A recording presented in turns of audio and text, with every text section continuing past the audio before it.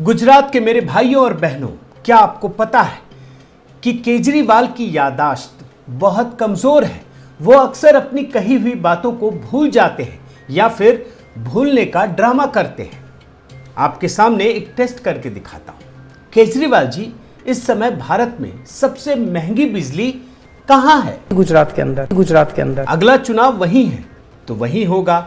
लेकिन एक बात बताइए कि इससे पहले भारत में सबसे महंगी बिजली कहां थी? पंजाब, उत्तराखंड, उत्तर प्रदेश, गोवा। ये एक एक शब्द से काम नहीं चलेगा एडिटर महोदय, क्योंकि लोगों को लगेगा कि हमने कहीं कहीं से जोड़ करके दिखा दिया है।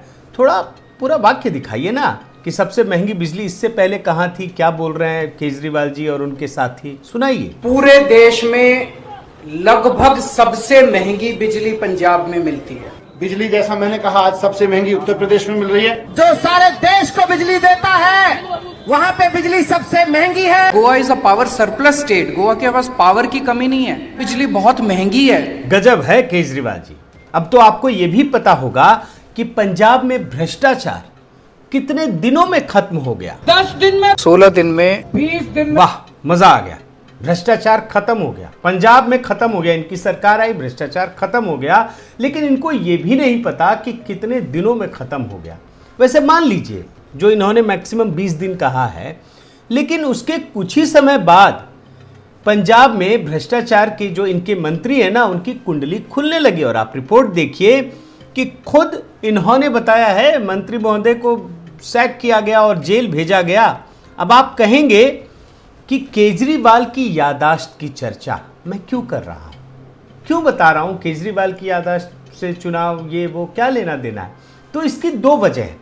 उसकी वजह यह है कि केजरीवाल जो बोलते हैं उन्हें खुद नहीं पता होता।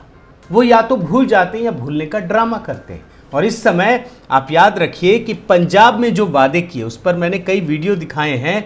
वो क्या किया क्या नहीं किया उस पर भी दिखा चुका हूं। अब वो गुजरात में लंबी लंबी डींगे हाँक रहे हैं। जो मन में आ रहा है वो बोले जा रहे हैं, जो मन में आ रहा है वही वादा कर रहे हैं।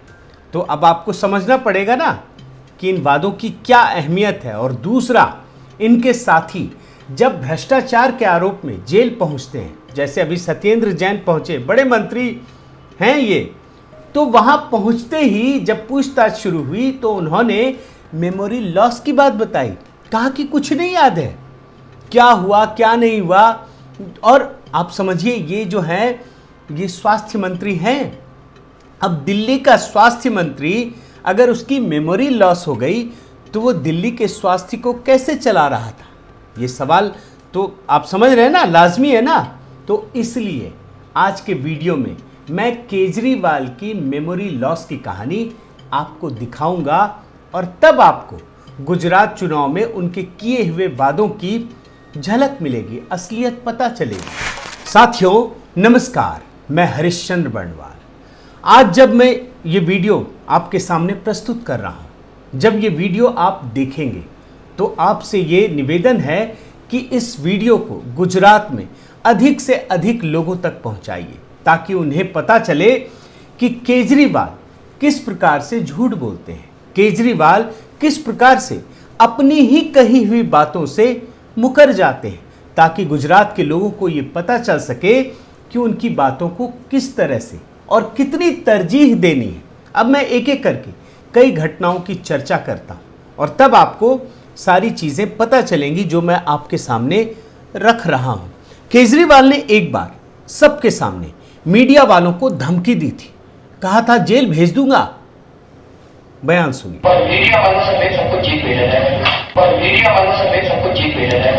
लेकिन अगले ही दिन मीडिया वालों ने उनसे पूछ लिया कि केजरीवाल जी ऐसा क्यों कहा, मीडिया को धमकी देंगे? ये तो लोकतंत्र का चौथा खंभा है। जानते हैं केजरीवाल ने क्या कहा? मना कर दिया, मुकर गए। मैंने तो नहीं कहा था। आपने कल मीडिया को धमकी दी थी, कहा था मेरी सरकार बनेगी तो जेल भेजूंगा सब मीडिया वालों को। ऐसे नहीं बोला। ठीक इसी प्रकार की स्थिति केजरीवाल की गालियों को लेकर है। पूरी दुनिया जानती है कि ये कितने इनके शब्द कितने खराब होते हैं। प्रधानमंत्री मोदी को लेकर ये इन्होंने कितनी गालियां दी है। एक बार तो इन्होंने प्रधानमंत्री मोदी को देशद्रोही तक कह दिया था। सुन लीजिए। मोदी जैसे बड़ा देशद्रोही कोई नहीं है। लेकिन बाद में जब उनसे पूछा गया, ये सवाल पूछा गया कि आपने प्रधानमंत्री मोदी को देशद्रोही कह दिया, क्यों? जानते हैं जवाब क्या दिया? मुकर गए। मैंने तो नहीं कहा। आप प्रधानमंत्री नरेंद्र मोदी को देशद्रोही बता रहे हैं। मैंने कभी देशद्रोही नहीं इसका तो वीडियो है। दिखाइए दिखाइए। देख रहे हैं ना, कुछ ऐसा ही हाल सीसीटीवी को लेकर है। बड़बोलेपन में मैंने आपको भी कहा ना कि जहां जाते हैं जो मन में आता है बोलते रहते हैं, कुछ भी वादा। सीसीटीवी की बात हो रही थी, दिल्ली में लोगों को भ्रमित करना था, तो 15 लाख सीसीटीवी कैमरे लगाने की बात कह दी थी इन्होंने, मतलब, और हर सभा में खुल करके बोलते थे। आपको एक झलक दिखाता हूं, आप सुन लीजिए पहले, फिर आगे की कहानी। पूरे दिल्ली के अंदर आम आदमी पार्टी 10 से 15 लाख सीसीटीवी कैमरा लगाएंगे। लेकिन जब उनसे इतने वर्षों के बाद, 2 बार मुख्यमंत्री रह चुके हैं, 3 बार बल्कि, तो पूछा गया कि भैया आपने 15 लाख सीसीटीवी लगाने का वादा किया था, कब लगाएंगे? जानते हैं, मुकर गए, झूठ बोल दिया। मैंने तो नहीं कहा था। 15 लाख सुन लीजिए। कैमरे, 15 लाख कैमरे क्या लगाने का वायदा आपने पहले किया था? कभी नहीं कभी नहीं कभी नहीं। और यही नहीं जनाब, सीसीटीवी को लेकर कुछ भी बोलते हैं, कोई आंकड़ा नहीं है कितना लगाया, किसी को नहीं पता, और खुद लोगों को भ्रमित करते हैं, अलग अलग आंकड़े, कहीं कुछ। एक झलक इसकी भी आप देख लीजिए। पिछले 7 साल में 2,75,000 सीसीटीवी कैमरे पूरे दिल्ली में लग चुके हैं। सीसीटीवी कैमरे लगने चालू हो गए, 1.5 लाख लग चुके हैं। 2,80,000 टोटल कैमरे, सीसीटीवी कैमरे पूरी दिल्ली के अंदर लगाए जाएंगे। अब सीसीटीवी के बाद बिहार की जनता को लेकर इनका एक बयान दिखाता हूं। एक बार शीला दीक्षित ने बिहार के लोगों को बदनाम करने का प्रयास किया था। केजरीवाल जी ने उन्हीं को कोसते हुए सत्ता हासिल कर ली, लेकिन उन्हीं की कदम पर चलने लगे। पूरा चरित्र आप देख लीजिए और जानते हैं बिहार की जनता को, बिहार को अपमानित करने का काम किया। स्वास्थ्य की बात हो रही थी, दे तो नहीं पा रहे हैं, तो सारा ठिकरा बिहार के लोगों पर फोड़ दिया। आप सुन लीजिए। बिहार से एक आदमी 500 रुपए की टिकट लेता है, दिल्ली में आता है, अस्पताल में 5 लाख रुपए का ऑपरेशन फ्री में करा के वापस चला जाता है। लेकिन जब उनसे पूछा गया केजरीवाल जी से कि बिहार के लोगों को अपमानित करने की क्या जरूरत थी, बिहार को बदनाम क्यों किया केजरीवाल जी आपने, चुनाव का समय आ गया था, सवाल तो पूछा जाएगा, तो जानते हैं, मुकर गए। बोला मैंने तो नहीं कहा था। कहते हैं भाई बाहर के लोग आते हैं और इतने लाखों का इलाज जो है मुफ्त में यहाँ से करा के चले जाते हैं। हमने तो कभी नहीं कहा। अब इनके एक और चरित्र को दिखाता हूं। मुस्लिम तुष्टीकरण, यही तो कांग्रेस की यूएसपी रही है। साध लो इनके वोटरों को, यही काम केजरीवाल जी भी करते हैं, हर जगह करते हैं। आप इनके फर्जी बारे में मत आइए कि खुद को हनुमान भक्त, कृष्ण भक्त, राम भक्त बताते हैं, लेकिन खेल असल में जो है वो अंदर अंदर कुछ और करते हैं। उनको पता है कि कैसे मुस्लिमों को साधना है, कैसे अल्पसंख्यकों का तुष्टीकरण करना है। और इसी आधार पर कांग्रेस का एक और चरित्र देखिए जो इन्होंने धारण कर लिया। बाटला एनकाउंटर पर सोनिया गांधी की आंखों से आंसू गिर पड़े थे और केजरीवाल जी ने उन पर सवाल खड़े कर दिए। बाटला एनकाउंटर पर जहां हमारे रक्षाकर्मी जो है वो शहीद हो गए, दिल्ली पुलिस के जवान, सवाल खड़ा कर दिया, बाटला एनकाउंटर तो फर्जी था। देख लीजिए। बाटला हाउस एनकाउंटर के ऊपर जो प्रश्न चिन्ह लगे, उन प्रश्न चिन्हों ने ये प्रश्न खड़ा किया कि क्या पुलिस जो बातें बोलती है और जो एनकाउंटर करती है और जो ब्लास्ट के बाद जो थ्योरीज देती है, क्या वो सारी सही हैं? और वो सही नहीं है। लेकिन बाद में सवाल पूछा गया, क्योंकि आज तो देश जागरूक है ना, लोग जागरूक हैं, वो जानते हैं कि आप तुष्टीकरण के लिए किस प्रकार से बयानबाजी करते हैं।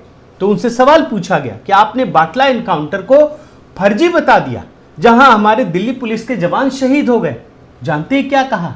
मुकर गए। मैंने तो नहीं कहा। जब पर दिल्ली पुलिस ने हमला किया गुनहगारों पर, तो आपने उस पर सवाल उठा दिए। बाटला हाउस का उन्होंने जिक्र किया कि उन्होंने कहा कि ये फर्जी एनकाउंटर कहा उस बाटला हाउस। मैंने तो नहीं कहा। देख रहे हैं ना, केजरीवाल के चरित्र को डिकोड कर रहा हूं, आप समझते चले जाइए और लोगों तक जरूर फैलाइएगा। अभी मैं और आंकड़े आपके सामने देता हूं। अब आइए शराब घोटाले पर। शराब घोटाले को लेकर के तो दिल्ली की सरकार ने रिकॉर्ड बना दिया है। इतना बड़ा घोटाला शराब के नाम पर, जो पार्टी नैतिकता शुचिता के नाम पर आई थी वो शराब में ही घोटाले करने लगी। लेकिन इस मामले में ठेकों की बात उठने लगी तो केजरीवाल जी हर जगह जा करके बताने लगे कि हमने अच्छा काम किया, ठेकों को लेकर बोलने लगे।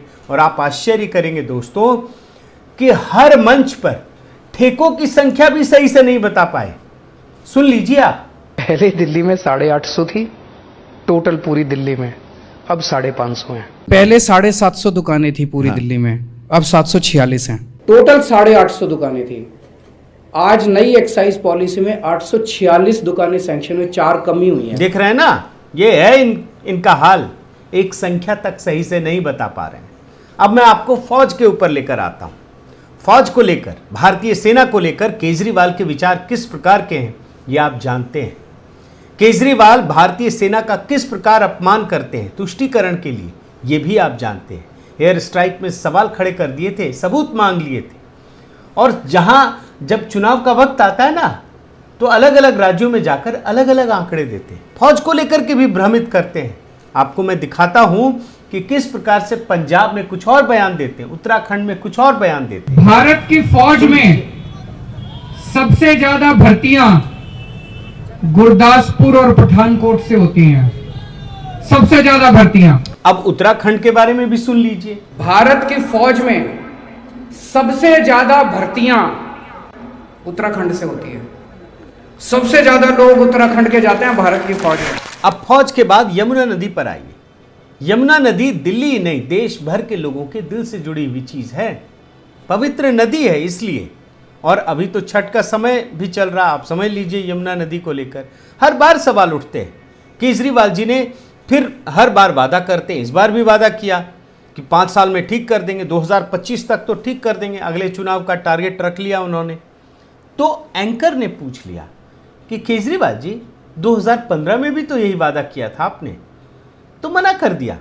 नहीं कहा था मैंने, हर साल करते हैं लेकिन मना कर दिया था। आप पहले हाल वाला बयान देखिए जब वो मना करते हैं। 2025 तक यमुना साफ मत करूं, अगली बार मेरे को वोट मत देना। पर अरविंद ये आपने 2015 में भी बोला था। नहीं बोला था, यमुना के लिए नहीं बोला था। देख रहे हैं ना, अब तो मैंने अगर सीरियल की भाषा में कहूं तो यही कहूंगा ना, देख रहे हो ना विनोद क्या कह रहे हैं केजरीवाल जी। अब मैं आपको 2015 का बयान सुनाता हूं, सुनिए कैसे दावा कर रहे हैं कि अगले 5 साल में यमुना नदी को ठीक कर देंगे, उसकी गंदगी खत्म कर देंगे। आप सुन लीजिए। यमुना साफ कर सकते हैं, यमुना हमारे लिए पवित्र नदी है और मुझे उम्मीद है आप हमें 5 साल दीजिए, 5 साल में यमुना को इतना खूबसूरत बना देंगे कि आप अपने बच्चों के साथ पिकनिक मनाने के लिए यमुना के तट पर जाना शुरू करेंगे। अब मैं आपको 2015 का ही केजरीवाल का एक दूसरा बयान भी सुनाता हूं और केजरीवाल जी को भी ये बयान सुनना चाहिए कि किस प्रकार से वो झूठ बोलते हैं। सुन लीजिए। यहाँ पे यमुना को जीवित करेंगे, 5 साल के अंदर अपने को ऐसे करना है कि दिल्ली के एक एक व्यक्ति को यमुना के तट के ऊपर लाना है और एक एक व्यक्ति को यमुना के लिए गौरवान्वित महसूस करवाना है। और यही नहीं, सिर्फ 2015 की बात नहीं है, हर साल वादा करते हैं। मैं अब कितना बयान सुनाऊं, आप एक झलक देख लीजिए। ये सोशल मीडिया पर भी वायरल है और हमने खुद ये आपको दिखाया है कई बार कि 2019 में, 2020 में हर साल इन्होंने कुछ ना कुछ वादा किया है, आज भी वो वादा करते रहते हैं। अब यमुना के बाद मैं आपको शिक्षा व्यवस्था का हाल दिखाता हूँ। देखिए सारी व्यवस्थाओं को दिखा रहा हूँ, आप समझ लीजिए। और शिक्षा व्यवस्था को लेकर तो बड़ा ढोल पीटते हैं ना, एजुकेशन मॉडल। यहाँ शराब घोटाले में जांच हो रही है, एजुकेशन मॉडल से जोड़ दिया, ये तो इनका हाल है। अब एजुकेशन मॉडल में वो जब तारीफ करते हैं तो झूठ ही बोलते हैं। कैसे बोलते हैं? वो दावा करते हैं कि प्राइवेट स्कूल के बच्चे वहाँ से हटा करके सरकारी स्कूल में शिफ्ट किए जा रहे हैं। और जानते हैं इसमें जो मन में आता है वही आंकड़ा। आपको मैं केजरीवाल के कई बयान, उनके कुछ साथियों के बयान सुनाता हूँ, आप सुनिए, तब आपको सारी चीज़ें समझ में आएंगी। 2.5 लाख बच्चों ने अपना नाम प्राइवेट स्कूल से कटवा के सरकारी स्कूल में एडमिट करवाए हैं बच्चे। दिल्ली के प्राइवेट स्कूलों से 2,70,000 बच्चों ने अपने नाम कटवा के सरकारी स्कूलों में एडमिट हुए हैं। 3,70,000 बच्चों ने अपने नाम बड़े बड़े प्राइवेट स्कूलों से कटवा के सरकारी स्कूलों में भर्ती करवाए हैं। 4.25 लाख बच्चों ने अपने नाम प्राइवेट स्कूलों से कटवा के सरकारी स्कूलों में भर्ती करवाया। 4 लाख बच्चों ने अपने नाम कटवा के प्राइवेट स्कूल से नाम कटवा के सरकारी स्कूल में भर्ती हुए हैं। 4.5 लाख बच्चा फिर शिफ्ट हुआ है प्राइवेट से सरकारी की तरफ। 200,000 students shifted from private schools to government schools in Delhi. लाखों बच्चे प्राइवेट स्कूल छोड़ कर दिल्ली के सरकारी स्कूल में एडमिशन ले रहे हैं। केजरीवाल में झूठ बोलने का गजब का कॉन्फिडेंस है। झूठ बोलते हैं, माने दम ठोक कर बोलते हैं, डंके की चोट पर बोलते हैं और अपने चेहरे पर एक आम आदमी की सहजता बनाकर रखते हैं। बड़ा विचित्र है, बॉलीवुड वाले भी मार खा जाएंगे। अब मैं आपको एक और उदाहरण देता हूँ। पंजाब में सरकार आई तो बस शुरू हो गए, पहले ही दिन से भ्रष्टाचार खत्म कर दिया, मतलब जादू की छड़ी घुमाई और भ्रष्टाचार खत्म। अब आपको मैं दिखाता हूं कि ये जनाब हर सभा में घूम घूम कर भ्रष्टाचार का ढोल पीटते हैं कि खत्म कर दिया, लेकिन कितने दिनों में खत्म किया यही नहीं पता है। एक बार सुन लीजिए। पंजाब में भगवंत मान ने 10 दिन में भ्रष्टाचार खत्म कर दिया। 16 दिन में पंजाब से भ्रष्टाचार खत्म हो गया। 20 दिन में भाई साहब पंजाब से भ्रष्टाचार खत्म हो गया, कम नहीं हुआ, खत्म हो गया। देख रहे हैं ना, वैसे पंजाब में भ्रष्टाचार के नमूने किस प्रकार निकल रहे हैं ये तो सबको पता है, मैं खुद दिखा चुका हूं और इस पर मैं जानबूझकर नहीं जा रहा है क्योंकि वीडियो बेवजह खींचना नहीं चाहता। और यही हाल, जैसे भ्रष्टाचार को लेकर के ये गफलत फैलाते हैं ना, वैसे ही पंजाब के कर्ज को लेकर कुछ भी बयानबाजी कर रहे हैं। एक झलक। 3 लाख करोड़ का कर्जा है पंजाब के ऊपर। अगर एक बार सोचिए कर्जा चढ़ा कैसे। 4 लाख करोड़ का कर्जा है। और यही हाल गोवा के कर्ज को लेकर है। जो मन में आता है वही बोलते हैं। उसकी भी एक झलक आपको दिखा देता हूं। गोवा के ऊपर अभी 23,000 करोड़ का डेट है। ये डेट कैसे चढ़ गया? ये पैसा कहाँ गया? 40,000 करोड़ का लोन चढ़ा हुआ है गोवा के ऊपर। ये लोन कैसे चढ़ गया? ये कहाँ गया पैसा? 25,000 करोड़ का डेट गोवा के ऊपर कैसे हुआ? ये पैसा कहाँ गया? और जानते हैं दोस्तों, केजरीवाल सिर्फ बड़ी बड़ी चीजों में ही नहीं बल्कि छोटी छोटी चीजों में भी झूठ बोलते हैं, जिसका सामान्य जिंदगी में कोई अर्थ नहीं होता। अभी जैसे आपने देखा होगा कि सिसोदिया के मामले में जगह जगह घूम के बोल रहे हैं कि सीबीआई को एक झुनझुना मिला। अरे भाई, क्या अर्थ है इस बात को, क्यों बोलते हैं आप? और यही हाल अपने लिए भी किया। सीबीआई को कोसने के लिए ये बताने लगे कि उनके घर से कितने मफलर मिले, लेकिन मफलर की संख्या भी ठीक से नहीं बता पाए। आपको मैं कुछ बयान दिखाता हूँ, देखिए अलग अलग संख्या। आप इसी से उनके बारे में समझ जाएंगे कि उनकी जुबान की कितनी वैल्यू है। आप सुनिए। सीबीआई की रेड हुई थी जी, क्या मिला उनको? 11 मफलर मिले पूरे देश में। उनको मैं सबसे भ्रष्ट मिला। प्रधानमंत्री जी को मेरे ऊपर उन्होंने सीबीआई की रेड करा दी। सीबीआई की रेड में उनको 3 मफलर मिले हैं बस। मेरे घर आए, सारे आए, पुलिस, इतनी पुलिस आई, बेडरूम तक पहुंच गए। बेडरूम भी सारा छान मारा, उनको 10 मफलर मिले। साथियों, केजरीवाल की एकमात्र कोशिश यही है कि वो जहां भी जाएं, जिस राज्य में जाएं, जिस राज्य में भी चुनावी वादे करें, लोग उनके मुफ्त के झांसे में आ जाएं। ऐसे में इस वीडियो को दिखाने का एकमात्र मकसद ये है कि जो बात केजरीवाल कहते हैं, जो वादे करते हैं, जो दावे करते हैं, आखिर उसकी वैल्यू क्या है, उसका महत्व क्या है। कहीं ऐसा तो नहीं कि वो झूठ बोल रहे हैं या फिर बोल करके वो मुकर जाएं। अब ये बात तो आपको समझना पड़ेगा ना। आज जब गुजरात में चुनाव हो रहा है, हिमाचल प्रदेश में हो रहा है, तो जनता जनार्दन इस असलियत को समझ पाए, इसीलिए ये वीडियो मैंने आपके सामने प्रस्तुत किया है। और इसीलिए आपसे निवेदन करता हूँ कि इस वीडियो को ज़्यादा से ज़्यादा लोगों तक ज़रूर फैलाएं, लोगों तक पहुँचाएं, ताकि उनको केजरीवाल की असलियत पता चल सके। बहुत बहुत धन्यवाद। आपसे निवेदन है दोस्तों कि आप मेरे इस चैनल को ज़रूर सब्सक्राइब कीजिए, लाइक कीजिए, शेयर कीजिए, कमेंट कीजिए और इस बेल आइकन को प्रेस करना मत भूलिएगा। नमस्कार।